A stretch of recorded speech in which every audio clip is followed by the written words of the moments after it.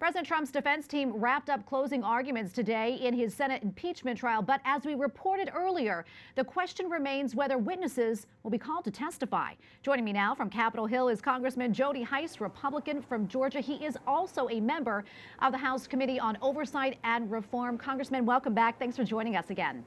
Great to be with you. Thank you. Well, you've expressed your support for the president. You say he did nothing wrong, yet the question of calling witnesses remains. Can you talk about that?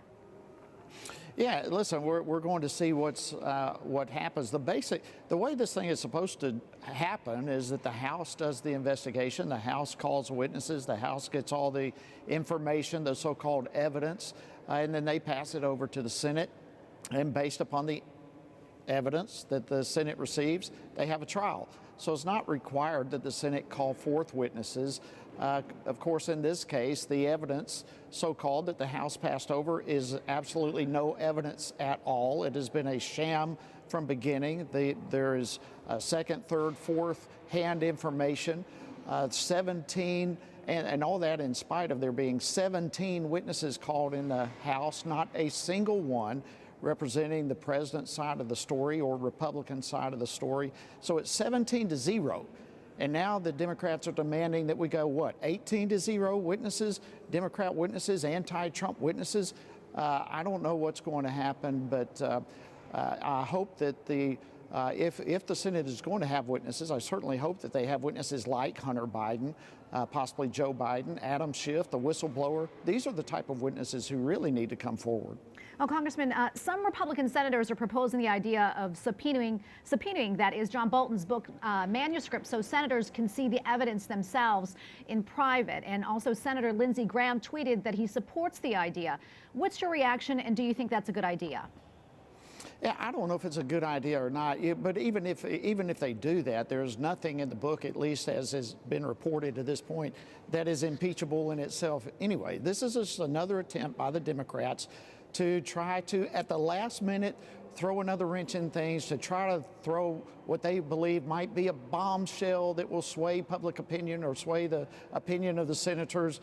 But again, there's nothing there. This is just another political attempt, as has been the case from the very first day the president was elected to office. The attempt has been to get rid of him, and it's another last-ditch effort to try to do so. But if they go that route, I really don't believe it will alter in the least bit the outcome. The president is going to be acquitted because the president has done nothing worthy of impeachment.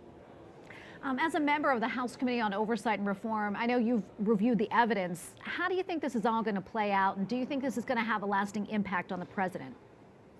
You know, you consider that question, which is a great question, but look at what's happening tonight in New Jersey. I mean, mobs, thousands and thousands of people, over 100,000 requests from people to get tickets to go into a building that seats 10,000 people. And many of them have been waiting for over 48 hours to be a part of this. That is the sentiment of the American people towards this president. They love his policies. We have a booming economy. We have low unemployment. We have our military back. We have support for Israel. We have trade deals around the country.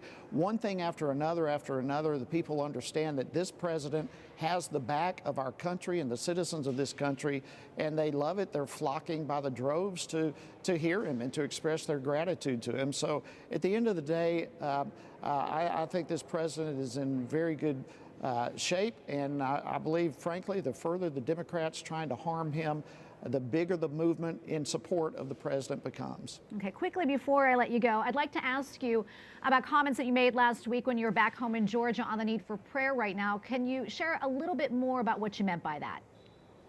Yeah, listen, I am unapologetically a Christian. I believe deeply in prayer. And, you know, I just believe that we are at a point in our nation's history where there is such divide, such hateful rhetoric, and these are issues that we cannot resolve by passing another bill, another piece of legislation. What is happening in our country is magnifying a deeper problem, a spiritual problem. And I believe now is a time for us to pray like we have never prayed before, for our president, for our leaders, for our country, for people who have differing views. And so it's encouraging for me to be able to communicate that to the people of the 10th District of Georgia and beyond. And frankly, it resonates with the hearts of people in a great way. People know that we need no longer to kick God out of the public square, but to embrace him and to cry out to him for our country. Congressman, thank you so much. Congressman Jody Hice, Republican from Georgia, also member of the House Committee on Oversight and Reform. Thanks again. Thank you.